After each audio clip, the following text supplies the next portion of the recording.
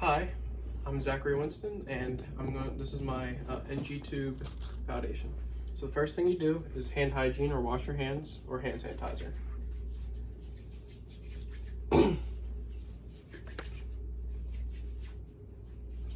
After you do hand hygiene, you unlock your cart, pull up the MAR, and pull out the medications. So the first thing you gotta do is you need to check if the patient has any allergies. You look in the MAR. If there's no allergies, then you're good to go. You don't need to change anything. After you check if there's any allergies, you got to check to see the compatibility with tube feeding and the medications if there's any contradictions. If there is a contradiction, tube feeding might need to be stopped an hour or two before you administer the medications, or may need to be withheld an hour or two after the medications have been given. In this case, neither medication has an issue. After you do that, you need to look up and see if the medications are able to be crushed. Each individual one has a different instruction list. So medication 1 can be crushed and medication 2 can be crushed. So the next is when I will prepare the meds in their containers. So first I'm just going to label the medication container with the medication and the dose. So med 1 is for 15 milligrams. And then med 2 is for 30 milligrams. After I put them in, I gotta glove up because I'm gonna be touching the medications.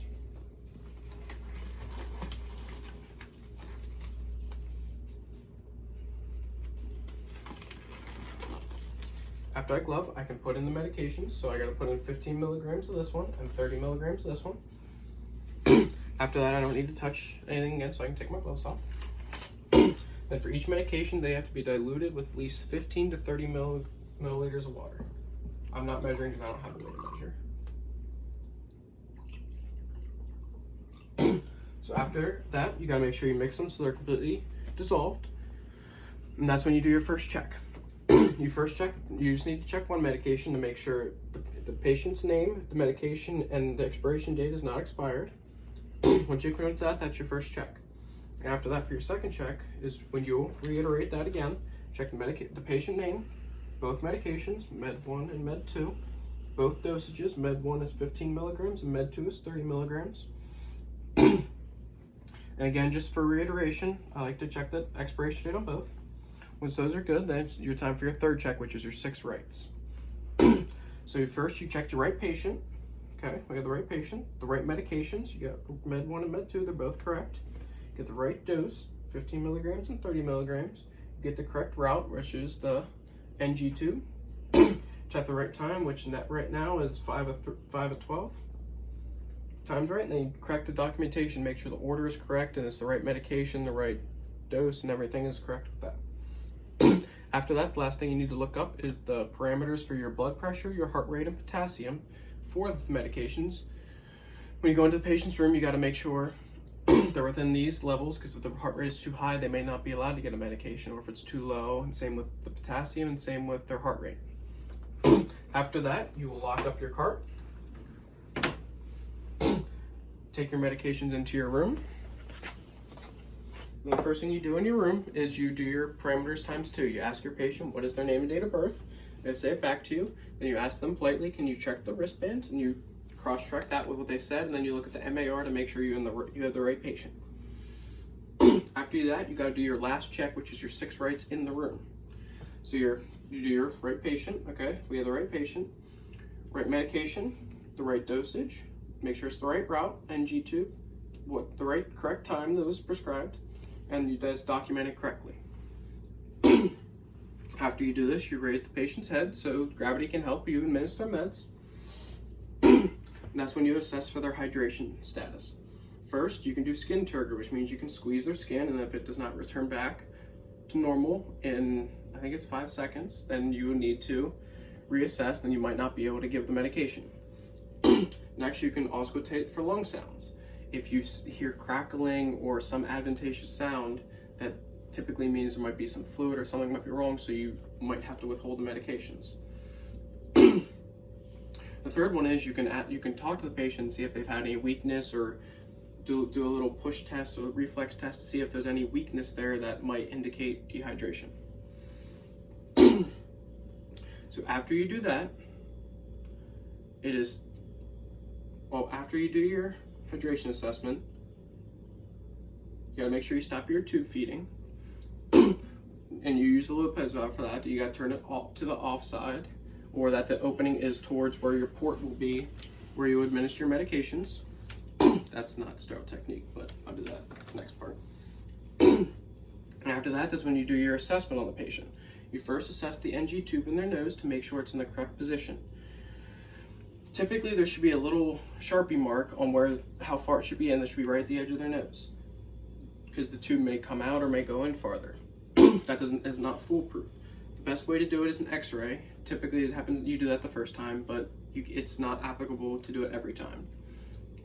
So for this, the best way to do it is attach a syringe, pull a little bit of fluid out, get a little cup, pour it into the cup, and get a pH stick, dab in the pH stick, and then if the pH is lower than 4, that is typical for gastric fluid. If it is higher than 4, then it might not, or if you don't gain fluid, it could indicate it is in the wrong spot. So after you make sure the placement of the tube is correct, you move on to checking the GI system. The best thing you can do, and the first thing to do, is just auscultate all 4 quadrants for sounds. If you don't hear sound, you have to wait at least 5 minutes of listening until you hear something. If you don't hear something after 5 minutes, then it could indicate a large issue that needs to be addressed immediately. Another indication could be nausea or something of that sort. After that, the last thing you do is you check for the residual volume. You attach a large syringe to their port and you pull out fluid until you feel some pressure and you can't pull too much more. If the fluid exceeds 100 milliliters, you cannot admit, the meds have to be put on hold and you cannot administer them. And same thing for over 200 milliliters, but when it's over 200, you have to make sure you reinsert some of the fluid back in, because it could cause a fluid imbalance or a fluid loss deficit. So after you've done all this, it is time to start administering your medications. So first, since you're going to be working on the patient, you have to put gloves on.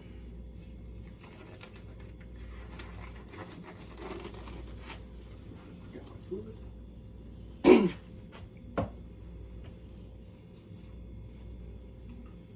Before you would touch the patient or glove, you would typically wash your hands again or do hand hygiene. So the first thing you need to do is you need to pull out 30 mLs of fluid.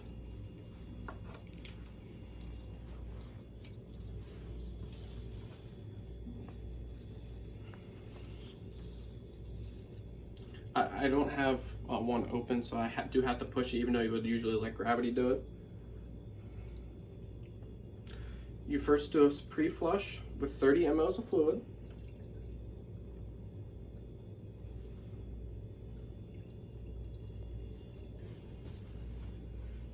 And after you do your pre-flush, you would flush your medication, or then you can administer your first medication. And this, again, you would use gravity, but I can't pull it off, so I'm going to slowly pour it in.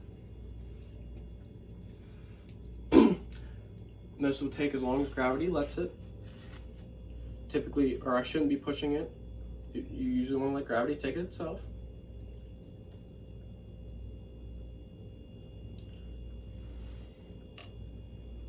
Once this medication is fully drained, then you will need to do a mid-flush, which will be 15 to 30 mLs of fluid again.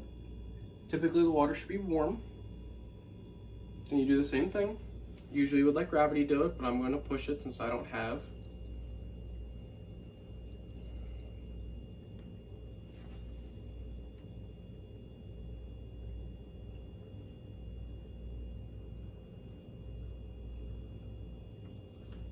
Then after you do your mid-flush, that's when you can administer your second medication.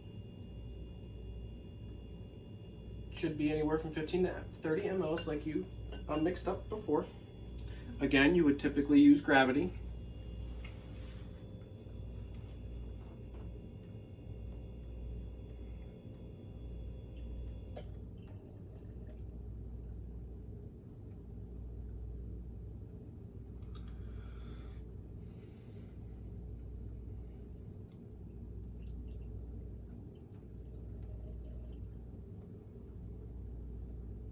Okay, once your second medication is fully went in, the last thing you need to do for injecting is get another 15 to 30, typically 30, and do your post flush for after your medications have been given.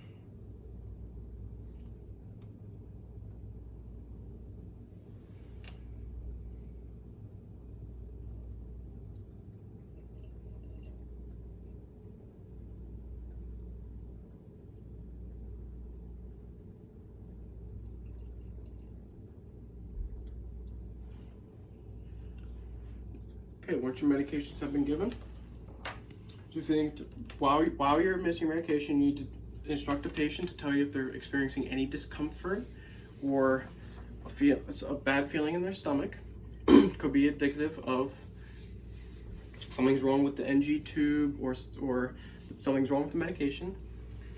To go along with that, you need to make sure you teach them about the medication, some of the common side effects, so if they do start to feel something, they can instruct you right away. Once the medication is fully entered them, you can restart their feeding tube unless it needs to be held. And then after that, one of the last things you need to do is you'll have to reassess your patient for 30 to 60 minutes. Oh, also, before I forget, we don't have one, but your Lopez valve. You would turn that back to the feeding tube direction. Then your feeding tube over on the cart would be still turned off. You turn that back, so when you turn on your feeding tube, it would start flowing again. And after your feeding tube, once the feeding has begun and you've covered patient education, make sure they have no discomfort, you will reassess them. And then after that, the last thing you just need to do is make sure once you leave the room, is to go document in the MAR what you have done, the time, and all the things you need to document in their patient record. That's it.